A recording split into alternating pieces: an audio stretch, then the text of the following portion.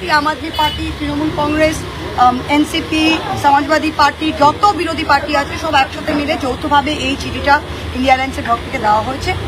আর আমি আরেকটা জিনিস বলতে চাই যে বাংলার মাটিতে এখন প্রত্যেকটা জায়গায় আমরা বিজেপিকে একটা জিনিস প্রশ্ন করতে চাই যে আপনারা জিতেছেন, খুব ভালো, লুট করে হোক যাই করে হোক আপনারা জিতেছেন, আপনারা বলছেন আপনারা মানুষের রায়ে জিতেছেন, খুব সুন্দর, আমরা তা মানছি যে আপনারা মানুষ ভোট দিয়েছে, আপনারা জিতেছেন।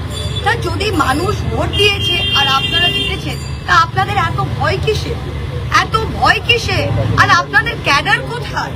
আমি তো আপনাদের ক্যাডারকে কোথাও দেখছি না। আপনাদের কয়েকটা নেতা অতি উস্কানিমূলক মন্তব্য করছে আর বাকি পুরোটা আপনারা পুলিশ দিয়ে করছে। জেলার এসপি এখন জেলার ডিস্ট্রিক্ট প্রেসিডেন্ট।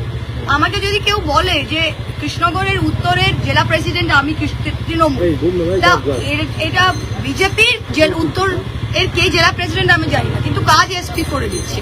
প্রত্যেকটা ব্লকে যদি তাদের ব্লক প্রেসিডেন্ট কে কিন্তু আমাদের জানা নেই, প্রত্যেকটা কাজ তাদের ওসি করে দিচ্ছে।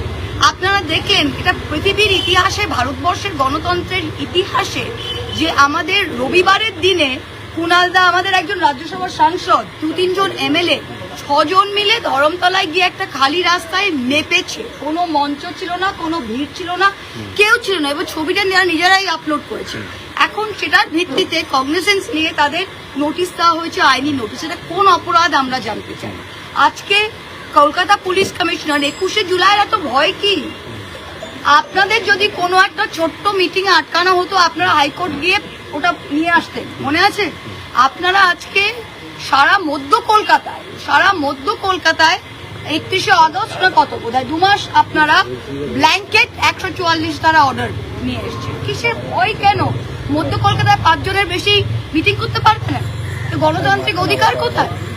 এই যে পুলিশ স্টেটে আজকে পরিণত হয়েছে, এবং আজকে আমরা কোর্টে গিয়েছিলাম, এই যে আপনাদের নেতা মন্ত্রী সবাই বলছে ডিম থেরাপি, আর বিজেপির লোকেরা এই মিথ্যে কথাটা চালাবার চেষ্টা করেছিল প্রথম 1 মাস যে এটা জনরোষ। এটা কোনো জনরোষ ছিল না, এটা বিজেপির গুন্ডামি ছিল। আর আজকে প্রত্যেকটা পুলিশ স্টেশনে গাইডলাইন দিতে বলেছে ডিজিপি, এটা চলতে পারে না। আর আগামী দিন এরা ভাবছি, দেখুন যখন এরা এখন নতুন এসেছেন তো খুব দাঁত দেখাচ্ছে, 1 মাস 2 মাস যেতে দিন। আইনি বিচার ব্যবস্থা তো দেশে এখনো আছে, আমি তো মানবো না যে বিচার ব্যবস্থা একেবারে উঠে গিয়েছে।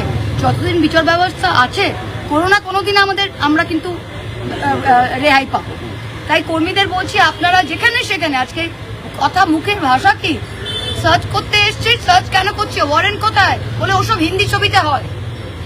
এসডিপিও তেওরটা আমাকে মুখের ওপর বলছে ওগুলো হিন্দি ছবিতে হয়, ওয়ারেন্ট নিয়ে সার্চ, আমরা এমনি সার্চ করি।